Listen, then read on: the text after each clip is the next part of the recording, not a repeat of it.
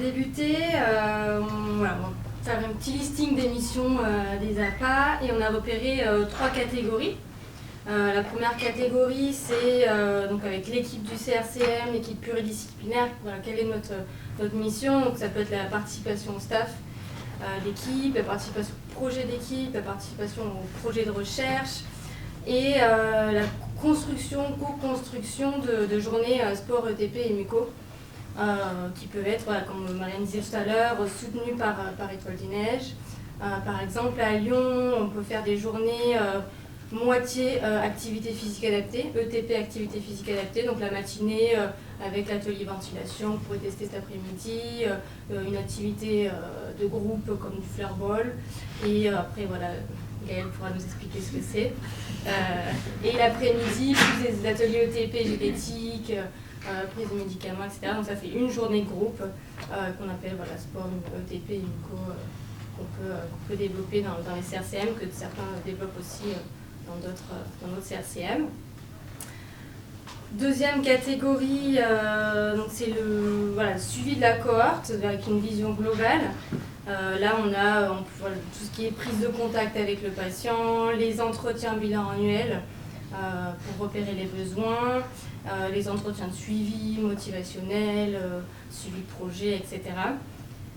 Et une deuxième partie où c'est tenir un document de suivi annuel de la cohorte. Ça, on en parlera tout à l'heure un peu plus précisément, avec des outils communs qu'on utilise nous à Étoile des Neiges. Et on ne voit pas le reste de cette diapo, mais c'est tout ce qui est notre rôle de rédiger, de transmettre au CRCM, à l'hôpital, à Étoile des Neiges ou à Vaincre, qui on voit, comment ça se passe, etc. Et la troisième catégorie, au niveau de l'intervention, donc là on a un beau listing, que ce soit au CRCM, à domicile, en visio, en fonction de notre temps de travail, que ce soit notre travail global. Tout ce qui est séance de TP, séance d'APA, les tests physiques, les conseils personnalisés, la mise à disposition de programmes personnalisés, les conseils vers les clubs, associations, les accompagner dans ce domaine.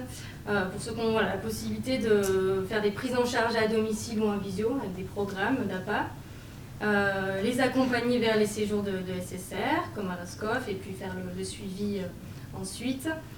Les accompagner vers des séances de groupe en visio. Alors à Étoile des Neiges, depuis quelques années, on a des groupes où on rassemble plusieurs APA Étoile des Neiges, des groupes en visio sur plusieurs thèmes, donc plusieurs groupes greffés, des groupes CAF trio et plus récemment des groupes maternité.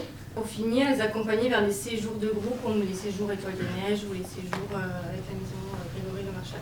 Juste pour préciser les séances de groupe, peut-être Mélanie, tu peux nous expliquer un petit peu, c'est quelque chose qu'on a lancé assez récemment, donc c'est un projet multi-CRCM. On avait commencé à vous en parler l'an dernier lors des rencontres en visio qu'on avait fait. Donc pour les séances greffées, alors déjà les séances CAF trio, parce qu'on avait commencé avec les séances CAF trio peu de temps après le lancement du CAF trio en 2020. C'était Gaëlle et Amandine qui avaient lancé ça au départ, des séances de groupe avec leurs patients. Et puis de là, ça fait des petits et nous on a commencé à proposer des séances pour les greffer parce que dans cette période Covid on ne pouvait pas de toute façon facilement se déplacer chez eux ou autre. On s'est dit ça peut être le moyen de les rassembler sur des séances de groupe. Donc quand le projet s'est lancé, on avait une petite dizaine à peine de patients. Ouais, même pas, on en avait 6-7 peut-être. Et donc on a activé comme ça s'est bien lancé au début. À chaque fois on est 2 APA Étoile des Neiges à co-animer la séance avec quelqu'un qui va être plus sur vraiment la mise en pratique et quelqu'un qui va être plus sur les conseils et la correction des patients. Ce petit groupe de greffés, il s'essouffle un peu, donc là on essaye de rebooster et on vous invite tous, si vous pensez à des patients, à vraiment pas hésiter à les inviter à venir sur ces séances-là et donc à faire le lien en passant par moi pour qu'on puisse faire cette bascule. Là on en a 3 nouvelles patientes qui se sont ajoutées, donc voilà, c'est par vague, il y a des périodes où il va y avoir beaucoup plus de motivés que d'autres. Nous, on essaye vraiment de diversifier les séances aujourd'hui, de faire des séances à thème en les questionnant pour savoir qu'est-ce qui les intéresserait, ce vers quoi elles aimeraient aller. Et on a rajouté d'ailleurs à ces séances greffées depuis 2 mois des séances de sophro avec Aurélie qui est l'APA de Versailles et qui est aussi sophrologue, qui est formée sophro. Et du coup, on a rajouté des temps de sophro à la suite de nos séances de groupe avec nos greffés. Et là encore, on co-construit les séances, elle co-construit les séances en fonction de leurs besoins et de leurs demandes. Donc ça, c'est pour les greffés. Et aujourd'hui, on a un petit groupe d'une dizaine de patients. On va avoir vraiment un socle de 3-4 patientes régulières. Et c'est des filles. Mais l'idée, c'est... Ouais, bah oui. Mais l'idée, c'est de pouvoir ouvrir vraiment à plus de patients, et parce que c'est hyper riche. À chaque fois, on a des super échanges, et même entre les patients, ça amène à des belles discussions, des beaux échanges hyper intéressants. Le rythme, c'est 1 fois par semaine. 1 fois par semaine. Hein. Là, c'était 1 fois par semaine. Bon, là, décembre, 2 fois dans le mois vu qu'il y a les fêtes. Mais voilà, dans l'idée, on aimerait revenir à 1 fois par semaine.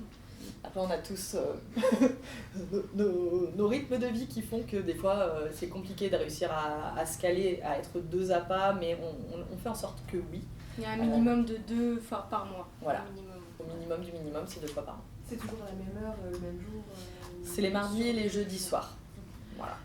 Et on les met en fin de journée pour que pour les patients qui bossent puissent quand même y avoir accès. Ouais. Alors quelques précisions avant que tu présentes le prochain groupe qu'on va faire, mais c'est pas un patient qui arrive directement comme ça. C'est-à-dire qu'il faut que ce soit passé par une demande de prise en charge en APA. Nous, on a toujours une demande signée de prise en charge en APA quand on fait des prises en charge. Ça nous permet d'avoir une petite vue d'ensemble. On a une petite fiche de demande de prise en charge. Souvent, c'est quand même adressé par un APA.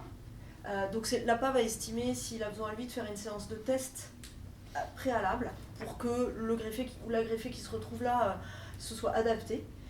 Donc il peut y avoir une séance préalable, ou alors c'est quelqu'un qui a été pris en charge et qui a terminé sa prise en charge et pour continuer, bascule sur le groupe greffé. Donc il peut y avoir plein de portes d'entrée, mais il y a toujours quand même une prescription de l'équipe médicale, une demande de l'équipe médicale, une évaluation.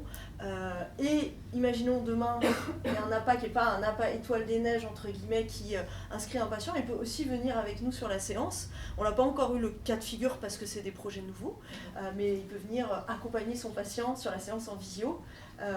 Et voilà, pour au moins le lancer dans la... Hop, le lancer, voilà. Et après, il y a toujours 2 APA étoile des neiges qui se relaient pour garder ce rythme.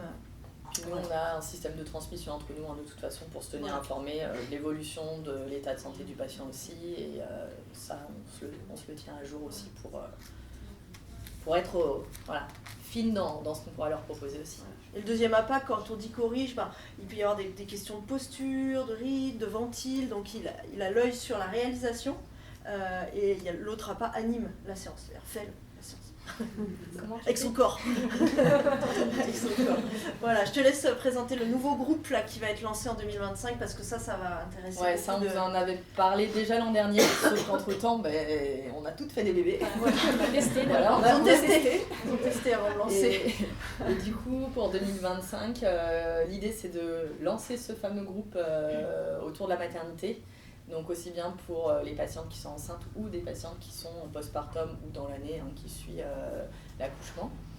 Et là, on va lancer avec Amandine à partir de janvier. Amandine, elle a posé un créneau le jeudi matin parce qu'elle a 2 patientes à elle qui sont concernées. Et donc l'idée, c'est en se basant sur ce créneau-là, on va essayer d'alimenter avec d'autres patientes.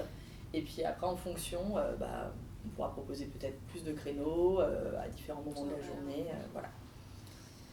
Voilà. Et je précise que là, les APA qui vont intervenir ont fait une formation spéciale qui s'appelle APA et maternité, que certains ou certaines connaissent peut-être. Formation qu'on a cofinancée pour nos APA Étoile des Neiges, mais je lance la perche. On n'est pas obligé d'être APA Étoile des Neiges, on peut aider les APA qui veulent se former à des formations complémentaires. Il y en a en pilates, il y en a en maternité. Sachant que si vous êtes auto-entrepreneur, vous avez une petite cagnotte tous les ans pour pouvoir vous payer des formations. Et cette cagnotte, elle ne se reconduit pas d'une année sur l'autre. Enfin, elle ne s'accumule pas. Donc ça veut dire que ce qu'on n'a pas fait en formation sur l'année, on perd. Donc c'est dommage. Et on vous incite à continuer de vous former tout le temps. Voilà. Mais en tout cas, ceux qui se formeraient, qui sont plutôt salariés, peut-être que vous pouvez le faire. Et si vous avez besoin qu'on vous épaule, ou échanger avec Mélanie et Amandine sur les formations qu'elles ont expérimentées et qui les ont enrichies. Il y a APA Yoga, je crois, il y en a beaucoup. Nous, l'organisme par lequel on est passé, la directrice de cet organisme, c'est une APA au départ. Donc elle a cette vision de l'APA et oui, exactement. Exactement. Et elle est accompagnée de toute une équipe autour d'elle, mais avec cette vision vraiment très sport APA, voilà. Et elle adapte sa formation aussi en fonction, enfin ils adaptent tous leur formation en fonction des publics aussi avec lesquels on travaille. Voilà. Donc c'est hyper intéressant. Donc on vous enverra à l'issue de ces rencontres à tous, hein, ceux qui n'ont pas pu venir aujourd'hui, le petit protocole si vous avez un patient ou une patiente greffée ou qui est concerné plutôt par le projet maternité, pré ou post. Voilà, le petit protocole à suivre pour pouvoir proposer un patient ou une patiente qui rejoint ces groupes de séances en visio voilà, qui sont intéressants pour certains. En tout cas, il y a certains à qui ça va correspondre ou correspondre pendant un temps donné. Voilà. Zoom sur le suivi de la cohorte. Alors, ce sujet-là, c'est un sujet qu'on voulait amener vraiment aujourd'hui et c'est là où on va être encore plus dans la co-construction avec vous. Finalement, comme l'activité et la prise en charge se transforment, on essaye de réfléchir pour améliorer le travail des APA, leur mission, l'élargir, qu'est-ce qu'ils font aujourd'hui, qu'est-ce qu'ils vont faire demain, mais comment on suit tout ça aussi et comment on utilise des outils communs, tous les APA en France peut-être, pour avoir un socle commun. Alors l'année dernière, avec les rencontres en visio, on avait travaillé sur des tests physiques communs, cette batterie de tests que vous aviez, Mélanie, on vous avait transmis nos tests, il y a eu une co-construction, puis après on a dit, voilà, ça c'est notre socle, on estime que ces tests-là, peut-être que vous en faites d'autres, périphériques, mais c'est notre socle commun. En tout cas, c'est le socle quand il y a une prise en charge. Voilà. Et puis c'est des tests, on s'était accordé sur le fait de leur intérêt parce que le patient peut les reproduire aussi en autonomie. Et ça c'était extrêmement intéressant dans une notion d'auto-évaluation dans le temps. Il peut les refaire.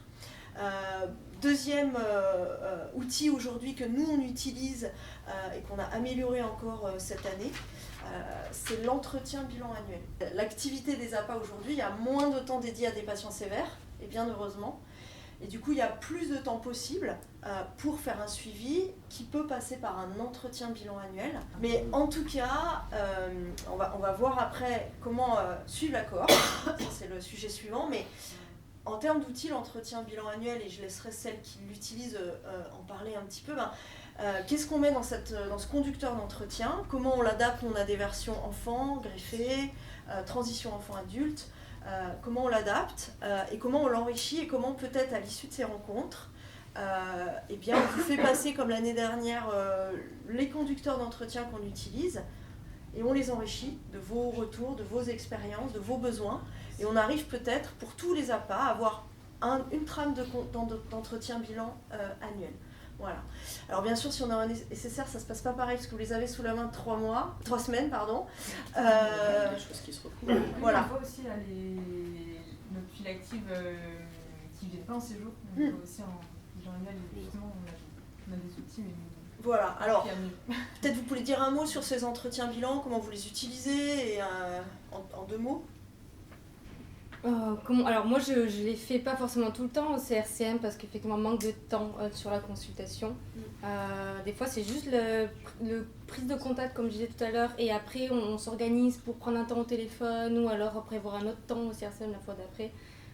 Donc parce qu'effectivement ça prend un petit moment de faire un bilan, de vraiment tout balayer, que ce soit sur le quotidien. Après vous connaissez les bilans à APA, c'est à peu près les mêmes. Après c'est juste que si c'est un patient qui a été greffé, il y a des questions un peu plus spécifiques sur ce domaine-là. Si c'est un patient qui est sous modulateur depuis peu, etc. On a des questions un peu plus ciblées en fonction du profil, mais on essaie de tout balayer comme un bilan en APA que vous connaissez. Peut-être Lou, elle peut nous donner un exemple du côté de Marseille, sur une année d'activité où ça a été un objectif fort pour elle cette année, dans sa première année à Marseille. Combien tu as pu réaliser d'entretien bilan? je suis à 39 là. Voilà, 39. Donc, c'est pas 100% de la cohorte, là la cohorte elle est énorme, mais il y a eu une... Combien de temps ça prend dans ta pratique réelle? En général, ça se fait tout le temps en appel, parce que je suis qu'une fois par semaine sur site. Et c'est encore 30 minutes. 30 minutes. Ouais, c'est 30 minutes. C'est pour avoir une idée du temps, ça va dépendre. Ouais, c'est ça. Selon le bavardage. Après, oui, ça peut aller jusqu'à 1 heure. Il y en a qui papotent pas mal. C'est entre 30 Non, en fait, quand tu creuses, en fait, et puis ils expriment des besoins sur le moment, et tu ne vois pas dire, bon, bah, Question suivante. Vas-y. Donc voilà, donc ça c'est vraiment... là, on va pas vous le présenter, l'entretien bilan, parce que on va avoir plein d'autres choses à voir, mais on va vous le transmettre, comme a fait Mélanie l'année dernière, avec une consultation pour l'enrichir et peut-être arriver à un socle commun avec des entretiens adaptés, enfants, voilà, greffés, etc. Parce qu'il y a des questions qui effectivement sont communes et d'autres qui sont différentes. Et puis après, ce qu'on voulait vous présenter, c'est quels grands objectifs on pourrait se fixer ensemble. En fait, aujourd'hui, quand on regarde l'activité APA, commençons par les objectifs, on est dans le monde du sport, donc tout commence toujours par l'objectif dans le monde du sport. Mais c'est quoi les objectifs peut-être prioritaires qu'on peut se donner sur une année? Là, nous, on a réfléchi pour 2025, pour notre équipe APA Étoiles et Neiges. On s'est dit, c'est quoi les objectifs en 2025? On vient de finir, il y a eu la révolution, transformation-révolution. Là, on vient peut-être de stabiliser un peu ces 3 ans de transformation. Du coup, on s'est adapté pendant 3 ans. Voilà, là, on voit qu'on a des cohortes multi-visages. Qu'est-ce qu'on fait maintenant? Et quels objectifs on se donne? Pour 2025, nous, on a commencé à en définir 3 qu'on voulait vous partager et vous faire réagir. Le premier, c'est se dire, est-ce que chaque APA de CRCM est sûr d'avoir pu être en contact, réaliser un entretien bilan, et donc d'un entretien bilan découle forcément un accompagnement, quel qu'il soit, pour 100% des patients qui ne bénéficient pas des modulateurs, quelle que soit la raison. Ils ont essayé ou ils n'ont pas pu, bref. Est-ce qu'on est sûr de ça? On se rend compte que même nous, au sein de nos équipes, non. En fait, on n'est pas sûr qu'on a croisé, que l'APA, les jours où il est là, les jours... Est-ce qu'on est sûr que 100% de ceux qui forcément sont probablement quand même en difficulté ont été en contact avec l'APA? Non, on n'en est pas sûr. Donc nous, c'est un objectif qu'on suit parce que ça reste quand même une priorité de l'APA, d'accompagner ces patients-là. Et puis du coup, de cet entretien bilan qui peut se passer au téléphone, on n'a pas besoin de rencontrer le patient. Si possible, il y a une rencontre avec l'APA, selon les besoins identifiés. Et puis surtout, on va mettre en place, quand on met soutien, c'est un accompagnement, un parcours d'accompagnement qui peut aller de rien, on se reparle dans 1 an parce que ça va, cool, mais je sais que ça va. Tu as tous les éléments, tiens, un petit aide pour un soutien dans une inscription dans une salle de sport, tiens, 3 semaines de prise en charge, ça ferait peut-être du bien pour revoir certaines choses, tiens, en fait, il faudrait aller à Roscoff, on t'en a jamais parlé ou tu n'as jamais voulu, etc., etc. Voilà. Deuxième priorité qu'on se met, c'est de s'assurer que tous les patients qui sembleraient prioritaires à l'équipe du CRCM pour être en lien avec l'APA, tiens, il faut que j'en parle à l'APA, s'assurer que tous ces patients-là, dans l'année, ont bien été adressés à l'APA. Adressés à l'APA, c'est je réfère à l'APA que je voudrais qu'il prenne contact avec ce patient, qu'il réalise un entretien bilan, et après on verra. En fonction de l'entretien bilan, on verra ce qui sera fait. Ça veut dire que c'est un objectif de discussion avec l'équipe médicale. Oui, alors, je termine comme ça, tu veux te rassurer. C'est pour ça, si je comprends bien, laquelle a... Ouais, alors comment on fait? Parce que c'est ça qui est compliqué. Alors on s'est dit comment on fait pour que ça marche. Donc on a fait un test avec Lou, parce que Lou elle commençait, donc on avait une feuille blanche. Et on s'est dit, on va faire en sorte que chaque semaine, Lou elle est là le mercredi, c'est un exemple, vous citerez les vôtres, mais elle va du coup pouvoir avoir les infos prioritaires du mercredi. Les patients, elle va les croiser, les médecins, ils vont penser à elle parce qu'ils la voient, mais comment ils font les autres jours? Et on s'est dit, chaque semaine, on essaye que l'équipe se dise par semaine, dans tous les patients vus dans la semaine, ceux qu'il faut adresser à l'APA, on trouve une méthode pour dire à l'APA, lundi j'ai vu Jérémy, il faut que tu l'appelles. Il faut que tu te mettes en contact, tiens, besoin d'accompagnement APA, peu importe lequel besoin, il faut le faire. Ce qui fait que si on fait ça par semaine, normalement, personne ne passe à la trappe. On est sûr de couvrir toute la cohorte et de ne pas se dire au bout d'1 an, mais ce patient-là, on ne m'a jamais demandé de l'appeler alors qu'il y a vraiment des besoins. Donc la petite méthode, c'est celle-là. Est-ce que ça marche? À peu près, pour en avoir discuté avec l'une des médecins de Marseille il y a 2 jours, elle m'a dit, oui, mais on n'y pense pas encore assez. Donc, ça veut dire que dans chaque CRCM, il faut trouver la méthode. Ouais. À Nantes, on a un staff hebdomadaire. Tous les jeudis matins, on a un staff, tous les professionnels, les paramédicaux, et on discute des patients qui vont venir la semaine d'après. Et donc, Gaëlle est avec nous, donc ça permet de reparler éventuellement des besoins du patient, quelque chose qu'il a pu nous dire. Ou même Gaëlle, de proposer. Donc là, on statue à ce moment-là, on peut même rajouter la consultation avec le patient, on en parle en amont, mais voilà, c'est à ce moment-là qu'on statue et on est sûr de louper de patients. Voilà, Alors ça, c'est dans un monde merveilleux. C'est génial. C'est quand là-bas est salarié au CRCM. Oui, mais pas que. C'est quand c'est dans un monde merveilleux, ça marche bien. D'autres actions. Réagissez. Quand l'équipe est merveilleuse. C'est ça. Alors, mes deux équipes sont merveilleuses. Alors, parce que je suis dans les deux staffs. Hebdo. Ah oui. Voilà. Après, quand l'APA est présent au CRCM, c'est facile parce que l'APA est présent, on le voit, donc déjà ça incite l'équipe plus facilement à transmettre les contacts des patients. Quand l'APA est moins présent au CRCM, va au staff que de temps en temps, ou voire dans un CRCM, l'APA il va pas du tout à l'hôpital. À ce moment-là, il n'y a même pas de staff. Voilà, exactement. Donc là, c'est à l'équipe et à l'APA de rester en coordination avec cette équipe pour réussir finalement à avoir cette liste de patients qui lui remonte. Je vous donne les deux exemples. Il y a un à Necker où je suis beaucoup plus souvent et donc je suis au staff, donc je sais quels vont être les patients, donc la cohorte elle se fait en tournant comme dans les staffs. À Robert-Debré, j'y suis qu'une fois par semaine.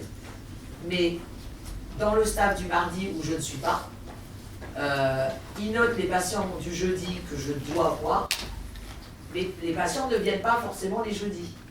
Et dans ces cas-là, les médecins programment l'HDJ annuel un jeudi pour que forcément je les vois. Et là, c'est un monde Ça, c'est merveilleux. l'idéal aussi.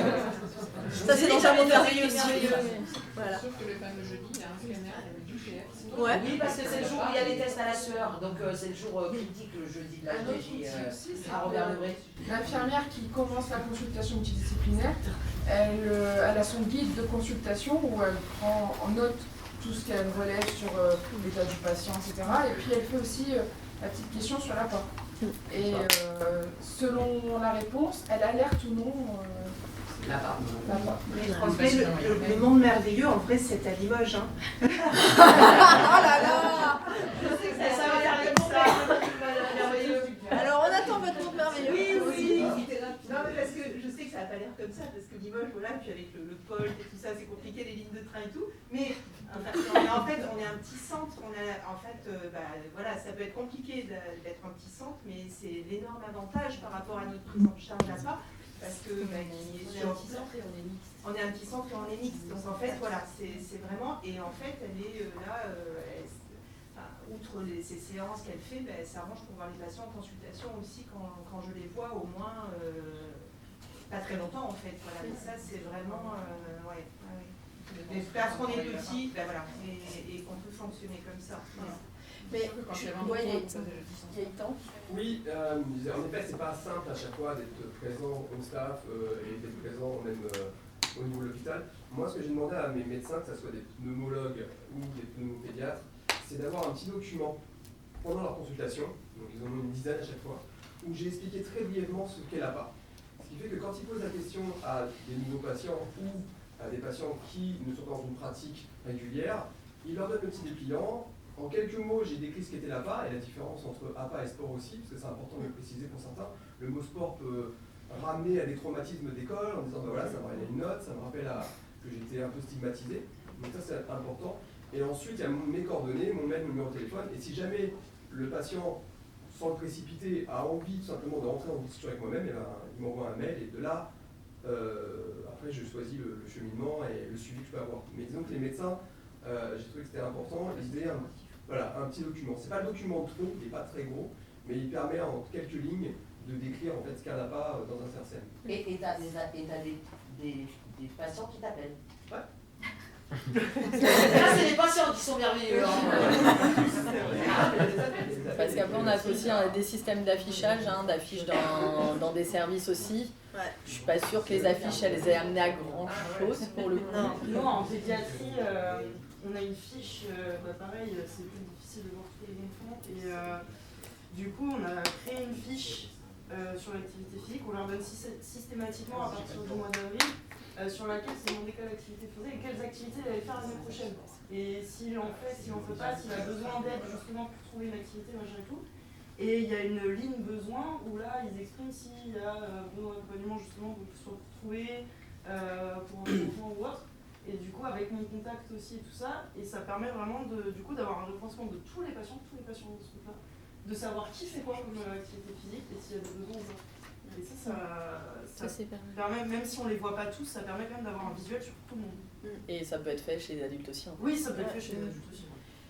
Et vous voyez, rien qu'en discutant là, on se rend compte qu'il y a plein de pratiques différentes et qu'on gagnerait à les partager plus et à mettre en commun des outils. Donc je vous propose que, dans la même lignée que les mails que vous allez recevoir pour bilan annuel commun, on puisse mettre en commun ces outils-là. Après, je reviens juste sur la notion de patient prioritaire. Ça, c'est quand même l'équipe médicale qui fait remonter, en général. Et l'idée, quand même, c'est que chaque semaine, ceux où vraiment la mise en lien avec l'APA, elle semble importante, même si c'est pas le jour où l'APA est là, ce soit réalisé et de trouver les tactiques pour ça, en fait. Pour pas se retrouver avec des patients qui passent à travers les mailles du filet et qui sont finalement jamais en lien avec l'APA, ils savent même pas qu'il y a un APA dans leur CRCM, alors que quand l'APA débarque sur leur sujet, l'entretien bilan, ils se disent « Waouh, ça fait un moment que c'est prioritaire » et pourtant, parce que les équipes sont débordées, c'est pas remonté. Voilà. Donc trouver le moyen. Et puis je termine pour qu'après on continue les discussions. Dernier point important, c'est compliqué de suivre toute la cohorte, d'avoir peut-être un outil, de bien savoir ce que fait l'APA aussi pour nous, les associations qui soutenons tout ça. Donc on a travaillé là cette année sur un outil de suivi. C'est simple, c'est un tableau Excel qui permet justement qu'on soit un APA qui rentre déjà des informations dans les logiciels de l'hôpital ou pas, puisqu'il y a les deux cas, peu importe ce qu'on rentre comme information, qui est un outil qui va permettre de se dire, voilà, qui j'ai suivi, qui j'ai vu cette année, avec qui j'ai eu contact, avec qui j'ai fait un entretien bilan, avec qui j'ai fait une prise en charge, avec qui j'ai fait un programme, qui j'ai adressé vers Clamico ou Étoile des Neiges, ou je ne sais pas qui d'autre pour un soutien, etc., etc. Ça va permettre vraiment de suivre votre travail au plus près. Ça vous fait un outil de suivi de vos actions. Qu'est-ce que j'ai à faire dans 2 mois, dans 6 mois, etc. Donc peut-être que certains se sont déjà créés cet outil. Peut-être que d'autres, via ce que vous rentrez dans les logiciels de l'hôpital, mais on se rend compte que c'est pas toujours le cas d'avoir cet outil-là. Donc nous, on en a créé un, qu'on a expérimenté cette année. Là, on est dans la période bilan comme pour tout le monde, donc on demande à tous les APA de le mettre à jour pour pouvoir, déjà, eux, avoir leur outil de travail à jour, pouvoir référer à leurs équipes de CRCM, référer à leur cadre, s'ils sont reliés à un cadre ou une cadre, et puis ensuite, quand c'est le temps des bilans vers Étoile des Neiges, vers Vinclamico ou vers l'hôpital, si on a un poste financé par l'hôpital, on a un outil. Et cet outil-là, il permet aussi de se dire, finalement, sur ma cohorte de 350, on va prendre l'exemple de Loup et de gros CRCM ou Lyon, où il y a des grosses cohortes avec des transplantés. Finalement, sur je prends ton exemple parce que, pardon, je suis son projet, donc j'ai les chiffres en tête. Je suis plus particulièrement le projet de Lou depuis 1 an, mais sur une cohorte de 350 de mémoire à Marseille, Lou, elle a été en contact avec 180 patients sur une année, ce qui est vraiment pas mal. Sur ces 180, grâce à ce tableau de suivi, on va savoir qu'il y a eu tant de patients greffés, tant de patients sous Kaftrio ou autres modulateurs, tant de patients qui ne bénéficient pas des modulateurs. Ça va nous permettre de revenir à l'objectif numéro 1. Tiens, mais finalement, ce compte pas les modulateurs. Combien j'en ai pas vu et comment je peux, dans les mois qui suivent, avec l'équipe, construire le fait de m'assurer qu'ils vont être en contact avec moi, qu'ils vont avoir un suivi, qu'ils vont avoir un accompagnement. Voilà. Donc, vous avez peut-être des outils. Nous, on en a créé un. On va pas vous le présenter là parce que c'est un tableau Excel, c'est pas passionnant. Mais on va, de la même manière, vous le transmettre. Peut-être que vous allez nous transmettre déjà des retours sur cet outil, peut-être des outils que vous avez mis en place. Et là encore, on peut peut-être réussir à avoir un socle commun pour ce suivi. Donc je ne sais pas s'il y en a qui veulent réagir sur ces outils de suivi à l'année comme ça de votre cohorte. Et s'il y a quelqu'un a l'outil parfait, nous on en a créé un, il n'est pas parfait mais il est pas mal. Voilà. Hein. Moi je rebondis sur les outils de suivi annuel parce que dans les CRCM et quand on est salarié hospitalier, il y a la valorisation de ces activités. Alors il y a 2 valorisations dans les APA hospitaliers. Il y a les outils d'éducation thérapeutique qui comptabilisent. Alors c'est OVET ou n'importe quoi. Et puis dans le cadre de la mucose, c'est aussi une maladie rare. Avec comptabilisation de ce qu'on appelle BAMARA, qui va ensuite donner des financements hospitaliers. Donc juste par curiosité dans la salle, salariés ou pas salariés, est-ce que vous cotez tous sur ces activités-là ou pas?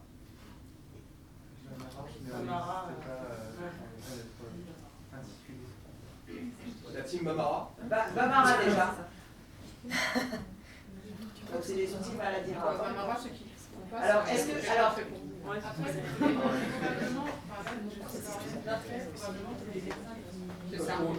peut-être les secrétaires. Peut-être. Et pour les APA qui sont extérieurs, qui ne sont pas salariés de l'hôpital, est-ce qu'on vous a déjà demandé de valoriser votre activité dans l'activité hospitalière? Oui. Oui, on m'a déjà demandé que chaque acte, si je change par exemple, j'ai fait le renforcement musculaire, il faut que je le décline pour qu'ils puissent chercher dans la grille, en fait qu'ils puissent le facturer. Et puis c'est les consultations de vendredi, c'est les bilans annuels. Je dois participer et que cela valorise la prise en charge. Mais tu n'es pas extérieur. Oui, c'est ça. C'est salarié de l'hôpital. Tu es salarié de l'hôpital. Mais des fois, même en étant salarié, je vois non, nous, on n'a pas de cotation à part. Ah oui? Non, mais il n'y a pas de cotation. Alors, il n'y a pas de. Du coup, j'ai mes prostitutions sur le GC de l'hôpital, et c'est la seule trace que j'ai. Il y aura un sujet là-dessus aussi. Alors, tous les apparts. En fait, on est enseignant spécialiste sur Bamara, c'est même pas enseignant. Si, c'est APA. Il y a la case APA dans Bamara. On a un peu de retard, donc on pourrait parler de ça tout à l'heure, qui est un sujet super important. Mais effectivement, les APA qui ne sont pas salariés, en général, non, ils ne rentrent pas dans les babasses. Non, mais parce que ça peut être un moyen d'entrée pour la suite. Bien sûr. Ils sont quand même rentrés dans les bases de Bamara. Oui, mais par contre, attends, tu veux juste revenir 2 secondes dessus. Juste pour finir sur ces objectifs, alors bien sûr on peut tous avoir après dans le CRCM où vous êtes des objectifs plus précis qui sont liés aussi au projet de votre équipe, à la sensibilité, à la taille de votre CRCM. Et, voilà, c'était 3 objectifs. Je voulais juste savoir si vous étiez accordé avec ces objectifs et aligné avec ces objectifs. Est-ce que quelqu'un en voit un fort qui peut correspondre à tout le monde, pas juste à votre équipe, qu'on doit ajouter, mais en gros, voilà, l'idée c'est quand même de se dire quelle bonne vision j'ai de la cohorte et de ce que je fais avec toute ma cohorte en fait, ou de ce que je fais pas encore. Voilà, et comment je priorise, et puis comment je surpriorise les patients qui aujourd'hui, entre guillemets, sont en double peine, voilà. Moi je rajouterais une petite case, ça va être infaisable, mais on est dans l'utopie. Rajouter un petit 4e point, moment de plaisir ou moment festif ou moment je sais pas quoi. Ouais, projet sport, plaisir. Un plus de là-bas au sein de l'équipe, au sein du CRCM, au sein de la cohorte, au sein des patients, pour marquer notre image. Ça peut être moment plaisir, ça peut être moment cuisine, ça peut être, je dis n'importe quoi, hein, mais un moment qui est initié ou pas par la part au sein de la cohorte pour qu'il y ait cette notion de plaisir qui est fondamentale. Ouais, projet ludique, projet plaisir. Voilà, mais un 4e point, quelque chose d'original. Très bien, on note. 4e point validé, je pense, plus que validé. On n'aura pas tous le temps, on n'aura pas tous la possibilité, mais ça peut être un objectif qu'on se fixe. Voilà. Et certains le réalisent déjà, cet objectif. Et ça peut être en équipe, plutôt avec l'équipe, ça peut être plutôt avec les patients, ça peut être fonction d'eux, quoi. Là, je vois bien Lou faire un repas avec l'équipe de Marseille, je dis n'importe quoi, mais pour qu'ils se rappellent d'elle. Lou, par exemple, elle a ce point-là, 4 en objectif, qui est de créer des journées adultes en extérieur à Marseille. Et moi, j'en rajouterais un que je vous suggère, ou qu'on se suggère, on en a parlé avec Stéphane, et qui est, on sait que, on le sait, j'espère que vous le ressentez tous dans votre vie, dans votre corps, que l'activité physique pratiquée en pleine nature, c'est x2 pour les bénéfices. Alors, c'est pas possible pour tous les patients, c'est pas possible quand on est citadin. Par contre, nous, dans notre travail, et dans le travail des APA, eh bien, accompagner, quelle que soit la manière, la pratique d'activité pleine nature, par une journée ludique, par un soutien financier, par une orientation dans les conseils, eh bien, ça peut aussi faire partie des orientations, des choses qu'on accompagne, des choses qu'on fait découvrir aussi à travers les séances qu'on met en place. Voilà. Nous, c'est un objectif qu'on va se mettre, en tout cas pour l'équipe Étoile des Neiges, comment on arrive à encore plus accompagner l'activité en pleine nature. Et là, on répond à d'autres choses, à l'anxiété, pas l'anxiété si on a des effets secondaires du quatrième, hein, l'anxiété en tout court, et puis surtout au bénéfice démultiplié de faire du sport en pleine nature, parce que ça change quand même. Ouais. Alors, si vous allez vers le mettre en place, ça serait très intéressant parce que j'ai des patients qui m'ont déjà demandé d'organiser ce type d'activité à l'extérieur. Mais à chaque fois que je fais appel à mes responsables, le professeur Kessler, le docteur Porosio, qui est chargé de CSM, ils m'ont tous refusé en bloc parce qu'il me dit déjà si on sort de l'hôpital, il ne faut pas que ça soit fait dans le cadre de la prise en charge au niveau hospitalier parce qu'il y a apparemment des histoires de la science, ordre de mission. Alors, c'est un ordre de mission qui te permet d'aller faire des activités en extérieur. Ouais, alors, Dieudonné, tu pourras discuter. Là, il y a beaucoup d'APA qui sont salariés de l'hôpital, qui font des prises en charge en extérieur. Donc, en fait, c'est possible. Tu pourras en parler tout à l'heure au déjeuner. Il y en a plein qui le font, qui sont salariés de l'hôpital et qui font de la prise en charge en extérieur à l'hôpital, en visio, etc. etc. Ouais. Bien sûr. La plupart des APA ici le font, pas tous, mais la plupart le font. Donc tu vas voir... voilà. Ils m'ont déjà refusé. Ouais, mais dans ces cas-là, tu impliques l'équipe, comme ça l'équipe elle est responsable à l'extérieur. Alors on termine parce qu'on est ballard, mais dernière slide, c'est plus pour élargir le cadre de mission. Et c'est qui vont vous présenter ça. Alors, petite présentation un peu sur comment le rôle de l'APA peut aussi s'élargir avec les nombreux changements qu'on a pu s'apercevoir. Donc, en premier temps, tout ce qui est projet de recherche paramédicaux. Déborah peut nous en dire un petit mot rapide. Rapide, hein, parce qu'on a... Il faut savoir que la reconnaissance de nos métiers passe par la reconnaissance des pairs. Et on n'est pas paramédical, mais de plus en plus dans les hôpitaux, les APA ont accès à ces projets de recherche clinique qui sont pour le bien-être des patients, donc qui sont relativement faciles à monter, qui vont vous permettre d'avoir un contact avec vos équipes médicales qui vont vous aider dans la pratique des recherches, mais surtout qui vont vous permettre d'aller vers la reconnaissance et vers de la publication. Et plus vous publiez, et plus vos directions disent « Ah, elle représente notre hôpital à l'extérieur ». Voilà, et c'est une reconnaissance qui est hyper importante. Et maintenant, il y a même des financements auxquels ont accès les APA. Au CHU de Lyon, on peut avoir des financements, par exemple. Non, mais c'est important pour aller voir dans les congrès, pour aller se déplacer et pour faire connaître même des outils hyper pratico-pratiques. Je pense à leur camembert depuis des années. Reblochon, s'il te plaît, reblochon. Publier. Oui, camembert, reblochon, oh là là. Deuxième point, je ne vais pas m'étendre parce qu'on a discuté tout à l'heure, c'est sur l'évolution des formats de réentraînement et de réathlétisation. Un peu le monde dans lequel on va s'adapter de plus en plus au niveau de la maternité et de la paternité, parce qu'on a de plus en plus de parents. Donc une organisation familiale un peu différente, organisationnelle. Donc qu'on peut proposer comme séance sur ce format-là. Important, tout ce qui est accompagnant et prise en compte des comorbidités et des autres pathologies qu'on peut se rencontrer de plus en plus aujourd'hui. Donc là, on se doit peut-être de se former un peu plus, de s'informer, de se questionner sur certaines comorbidités que l'on rencontre. Et par rapport à ça, par exemple, quand on a préparé le topo, on a parlé, par exemple, de patients transplantés qu'on connaît qui aujourd'hui sont touchés par un cancer. nous tous, on a tous nos parcours en tant qu'APA, et donc on a tous des expertises dans certains domaines, et je pense que nos expertises, il faudrait qu'on se les mette en commun, parce que quand on a des questions par rapport à un de nos patients, peut-être qu'on peut aussi revenir vers l'un d'entre vous qui serait plus spécialisé. Par exemple, moi j'ai la double casquette muco-cancer, j'ai fait un diplôme universitaire sport-cancer en plus, et du coup, par exemple, je peux vous donner des informations et peut-être vous aider dans la construction de séances avec un de vos patients qui serait en plus touché par ce type d'autres pathologies. Mais comme on a tous chacun notre casquette dans nos différentes prises en charge, et je pense que ce serait bien de pouvoir les mettre en commun aussi pour qu'on puisse, en temps voulu, dire je peux peut-être m'appuyer sur un tel pour avoir des informations complémentaires.